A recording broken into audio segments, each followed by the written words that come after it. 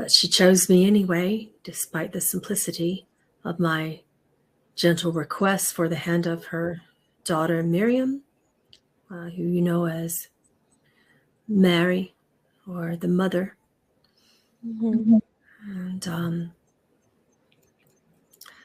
we began to have several children at that time.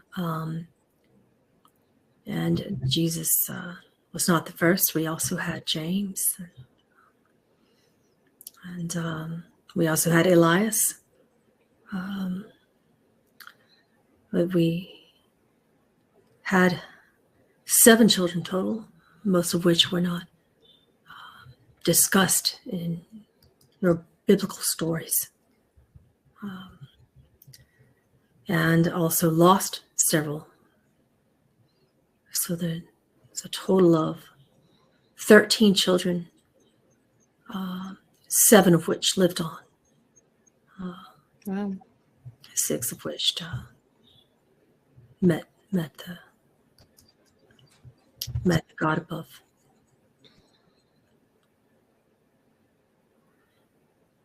Were all of your children spiritually gifted and catching fish the way Yeshua would catch fish? He was the only sorcerer, if that's what you mean to say, yes.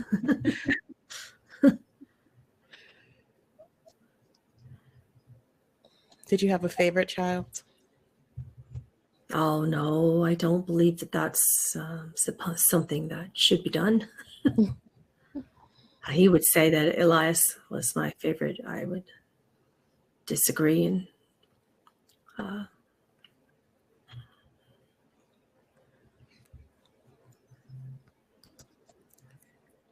So we have a few questions for you. And anyone else who would like to add their questions, you can do so in the Ask a Question section.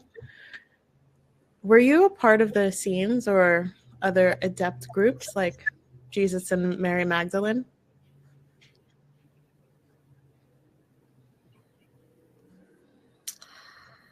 No, I was a support system for my family. I did not always understand their travels, and they were often gone from me often.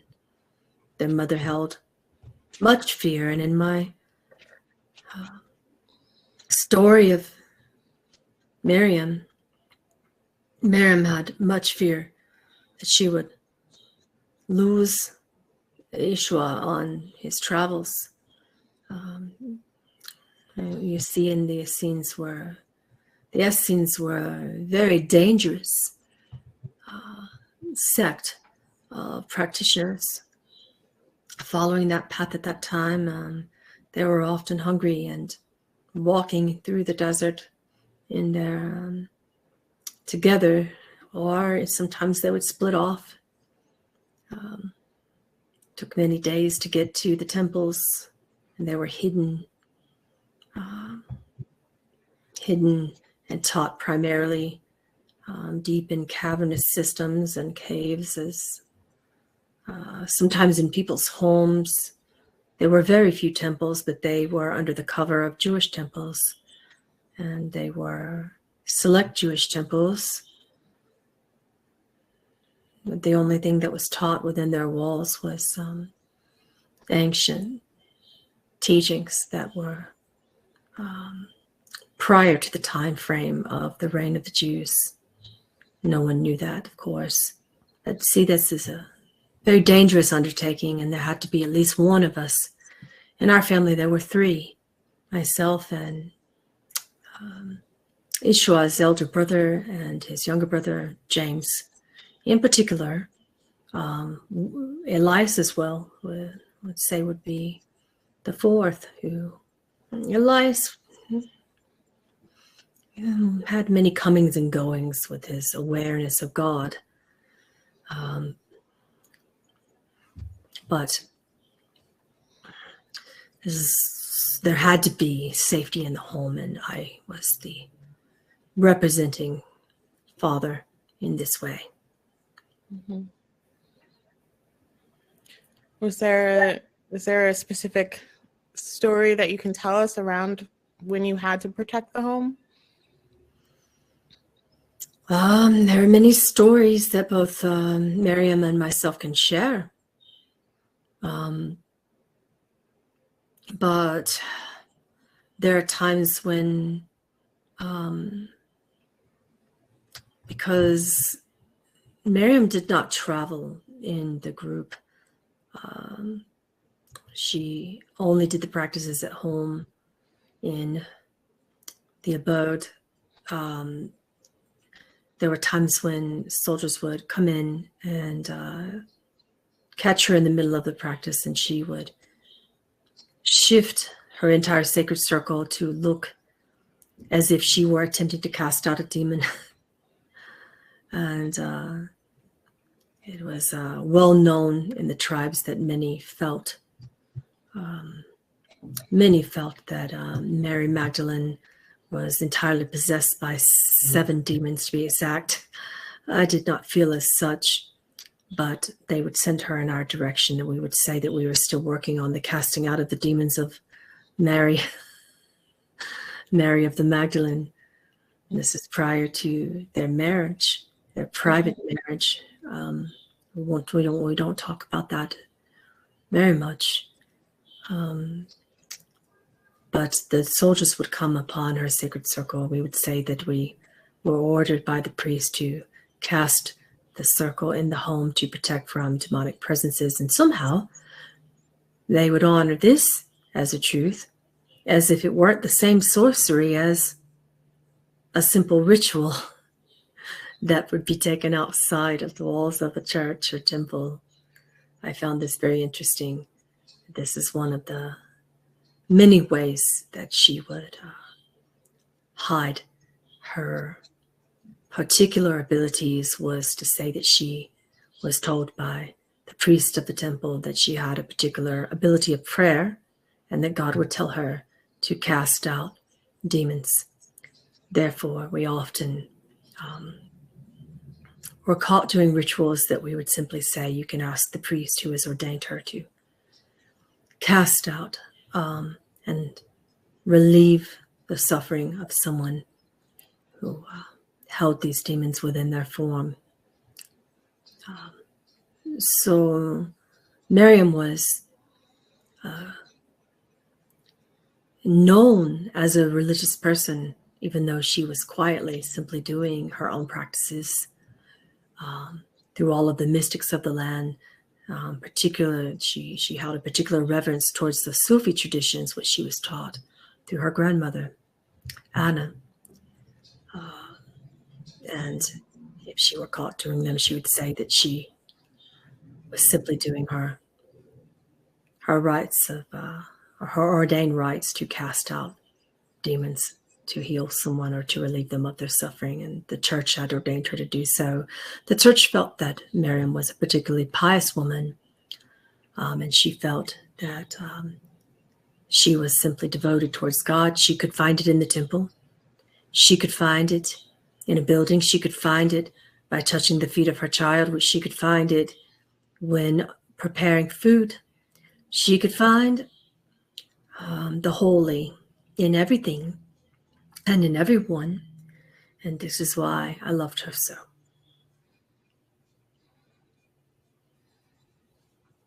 How did you first meet? We met because our parents had arranged marriages, which were common at that time. And I was the eldest in my family, which means that I could say yes or no to whatever was arranged. I said no to the first bride of arrangement for myself because I had noticed through my father's church ceremony at that time,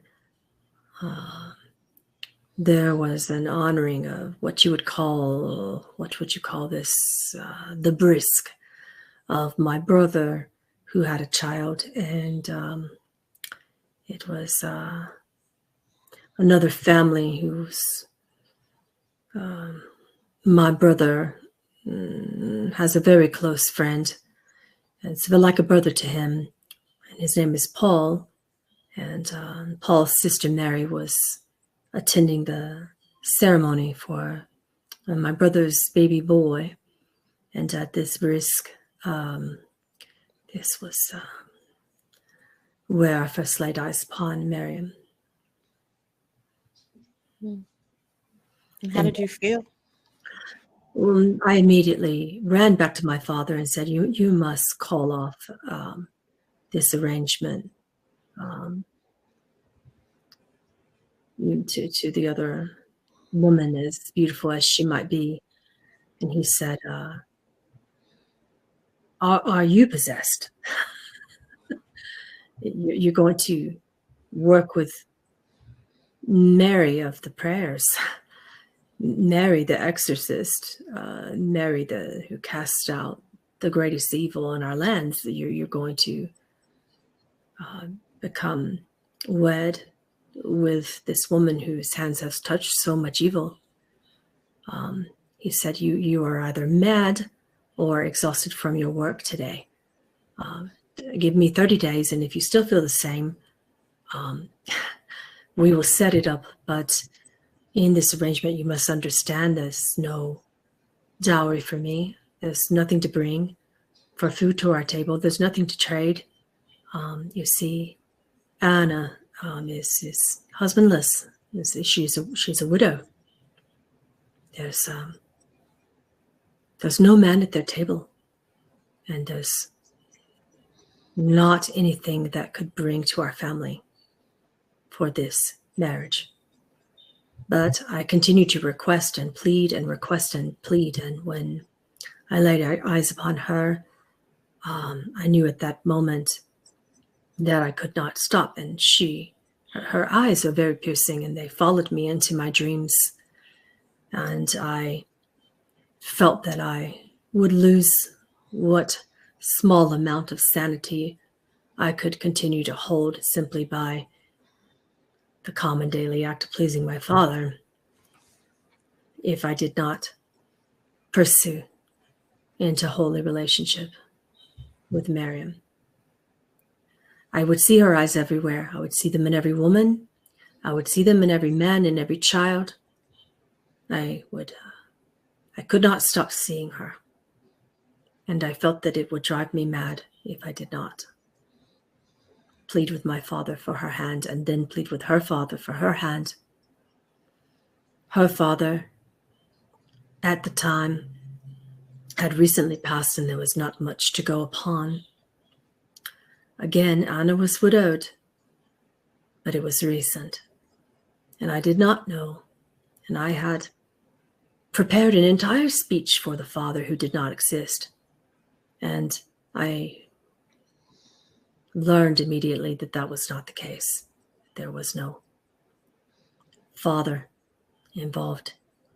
And I felt that I had deeply dishonored her mother, Anna. And what could be done at that time? And as I was bowing to apologize and kiss her feet, she gently touched my chin, and she ran her coarse, wrinkled hands through my hair.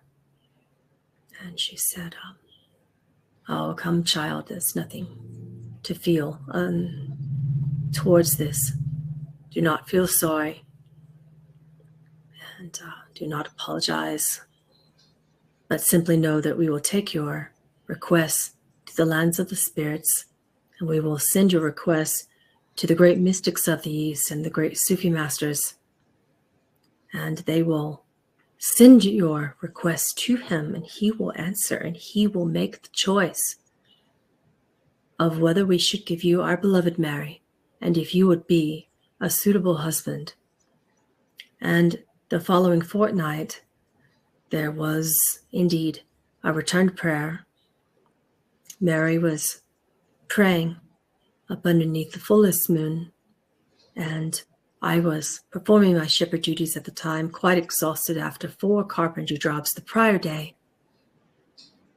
And my dog began to go mad. howling at everything, snipping at the sheep, running them around into circles. Could not keep them aligned appropriately. I thought for sure there might be more dogs.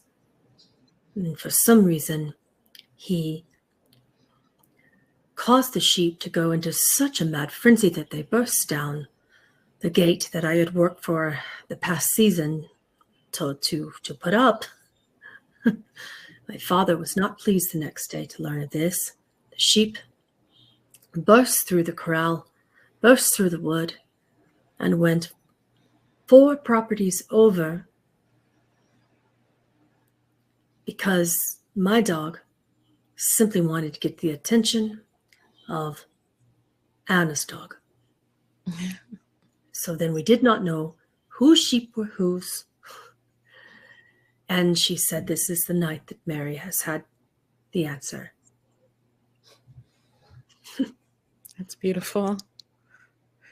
Did Miriam have many suitors? No. Many were terrified of Miriam. They could not stand in her presence, and that is simply a sign that they are unworthy of her honor. It brought her great distress at the time when she was but a young woman to be in the midst of so many people asking, when shall you marry? When shall you take upon the hand of a man? You know not what your future would hold without the hand of a man. And it seemed as if her mother would be quite pleased with my initial offer, but she took 2.5 fortnights to answer. I'm not sure. I often joke with Miriam that perhaps it was the sheep ordeal that would seal that deal. I don't know, had it not been for the insanity of my shepherd dog, if Anna would have relented at all. And she still reminds me occasionally that she's not sure of the choice. Particularly when I am tasked with the glory of cooking for the family.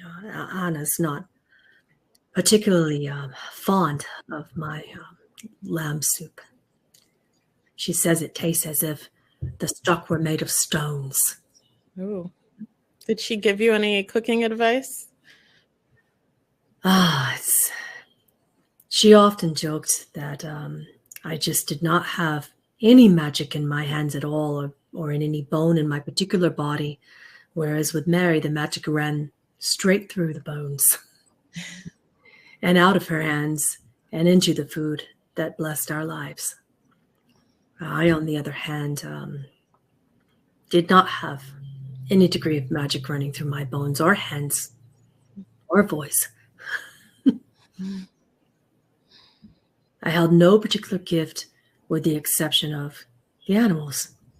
And what you would call it in this gift was simply the instinct to know when an animal was healthy or not, when an animal was going mad or not. And even that is joked upon mildly, that perhaps I was not aware that my dog had gone mad. That it wasn't a magical sign of the gods at all. It was just my dog had gone mad. You often mention not having spiritual gifts, and I feel your grounded nature is a spiritual gift. What did you do to help your family stay grounded?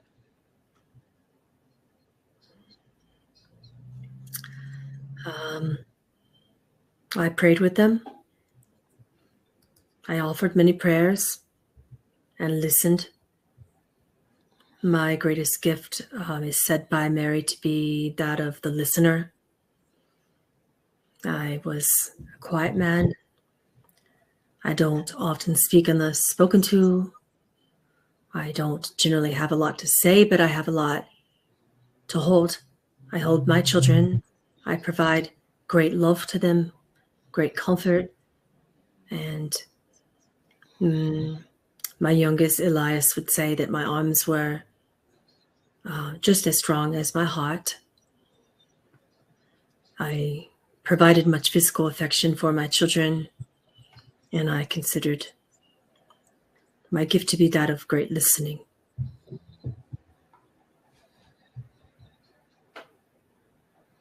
Those are all very important spiritual gifts.